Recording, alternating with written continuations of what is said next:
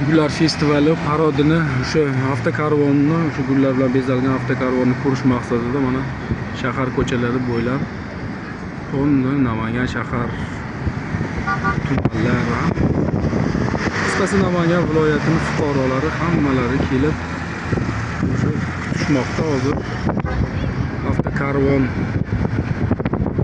hozir bu yerda bitta juda katta bir kayfiyat beradi fuqarolar uchun. Qiziqish, kayfiyat juda bir katta. Har xil bir turda bezalgan avtomashinalar o'tadi.